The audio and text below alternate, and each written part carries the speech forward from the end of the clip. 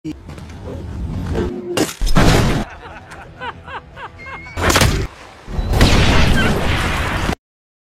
akan berfokus pada pria tua yang menghindari perang yang sedang riuh. Dia bernama Abah Korpi, seorang penambang emas, di mana tubuhnya dipenuhi dengan luka sayatan menunjukkan dia memiliki masa lalu yang kelam dan bukan pria tua sembarangan.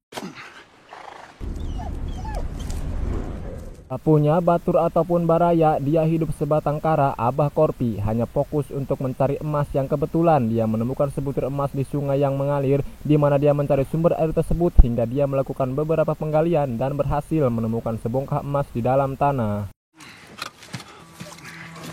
Dengan emas sebanyak itu membuat Abah Korpi akan memiliki banyak uang untuk menikmati masa tua. Oleh karena bank terdekat dari tempat tersebut berjarak 900 km, Abah Korpi harus melakukan perjalanan jauh demi emasnya bisa terjual. Di tengah perjalanan, Abah Korpi berpapasan dengan tentara Nazi yang dipimpin kapten bernama Bruno dan sempat akan ditembak oleh anak buah Bruno yang neuner, tapi dicegah olehnya karena hanya akan buang-buang peluru saja menembak pria tua tak berguna. Lagian di belakang sana masih ada 4 anak buahnya yang tidak akan membiarkan Abah Korpi lewat. Dan benar saja, 4 tentara iseng itu mencegat Abah Korpi dan mereka tertawa lepas saat menemukan banyak emas di tas milik Abah Korpi. Dan ketika Abah Korpi hendak ditembak mati, bati-bati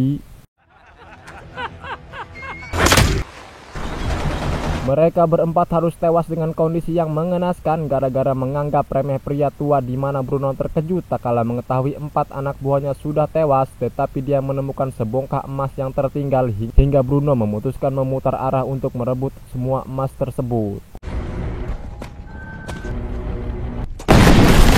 Sungguh sial, Abah Korpi terkena ledakan rajau, kudanya mati dan emasnya berserakan, dan ketika anak buah Bruno ingin menembaknya, tiba-tiba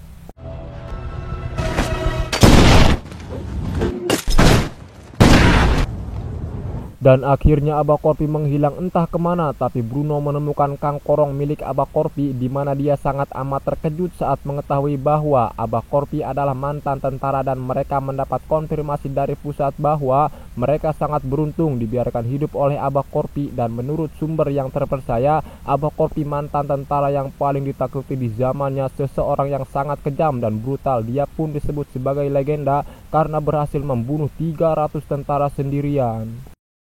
And his family to the Russians. Setelah mengetahui hal tersebut, bukannya kembali ke markas Bruno, malah akan melanjutkan mengejar Abah Korpi untuk merebut emasnya. Meskipun dia tahu resiko apa yang akan dia dapatkan, dia tidak peduli. Dengan luka tembakan, Abah Korpi nyumput di belakang mobil bekas, dan ketika mereka lewat, Abah Korpi langsung ngegalundung ke kolong mobil. Kemudian dia melubangi tangki bahan bakar hingga sekujur awaknya dipenuhi dengan bensin. Lantas Abah Korpi melakukan sesuatu yang nekat, di mana dia membakar tubuhnya agar tidak diudag anjing pelacak, dan dia ngejebur ke dalam sungai.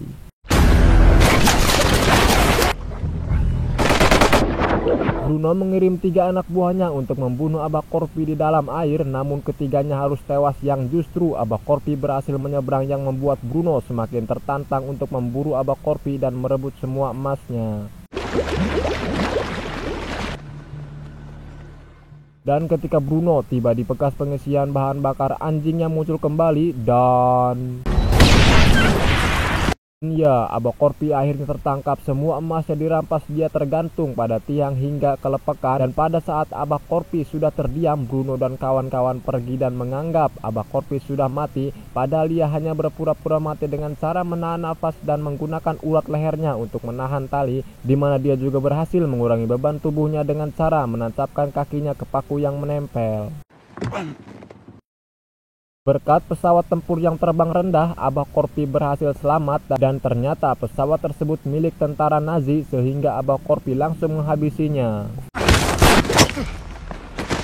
Setelah melihat pesawat Nazi, Abah Korpi memiliki ide cemerlang, yang dimana Bruno dan pasukannya terhenti karena melihat pesawat Nazi terdampar di tengah jalan. Sang pilot sudah tewas dengan terikat tali, namun yang membuat Bruno terkejut adalah tali yang mengikat pilot tersebut adalah tali yang digunakannya untuk menggantung Abah Korpi. Merasa ada yang salah, Bruno masuk ke dalam mobil tank dan melanjutkan perjalanan, di mana anak buah Bruno mulai ketakutan setelah melihat kejadian barusan, apalagi setelah mendengar cerita salah satu tawanan yang mengatakan cerita menghatami Corby sebagai legenda yang brutal dan kejam, bukan hanya dongeng semata. Setelah memberi senjata pada tawanan wanita, Aba Corby langsung menghabisi tentara Nazi satu persatu, di mana tawanan wanita tersebut pun berhasil membunuh satu truk tentara Nazi.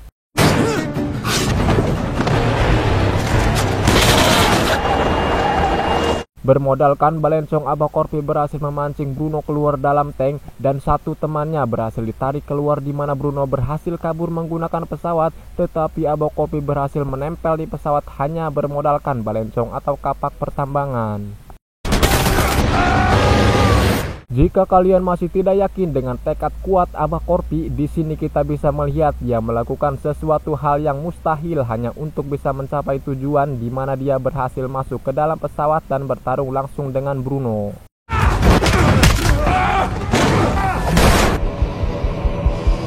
Merasa dirinya kuat, Bruno mengambil sabuk pesawat yang dililit ke tangannya agar puas mencabuk Aba Corby, tetapi keputusan tersebut adalah kesalahan besar karena Aba Corby berhasil mengikat pada sebuah bom sehingga Bruno terseret dan rag-rag bersama bom tersebut. Dan kembali kita akan dibuat gede kepala saat Aba Corby seharusnya tidak punya kesempatan untuk selamat karena pesawat terjatuh karena pilotnya sudah mati. Sambil memeluk emasnya, Aba Corby mengikat badannya ke pesawat untuk mengurangi resiko benturan dan terhindar dari kematian. Seperti yang saya bilang tadi, Aba Corby berhasil selamat dari kecelakaan pesawat yang jatuh dari ketinggian, di mana Aba Corby tidak pergi ke dokter atau tukang urut, melainkan dia langsung pergi ke bank untuk mencairkan emas dengan uang yang sangat banyak. Tamat. Pesan yang bisa kita ambil dari film ini, hidup itu jangan gampang lemah dan jangan mudah untuk menyerah sebelum mencapai satu tujuan. Intinya, teruslah mencoba dan berikhtiar meskipun itu tidak berhasil, tetapi kita sudah meleburkan rasa penasaran yang selalu mengganggu pikiran. Saya Obay, mewakili seluruh makhluk rebahan yang bermimpi tinggi kemudian terjatuh, mengucapkan terima kasih atas kunjungannya. Wassalamualaikum warahmatullahi wabarakatuh.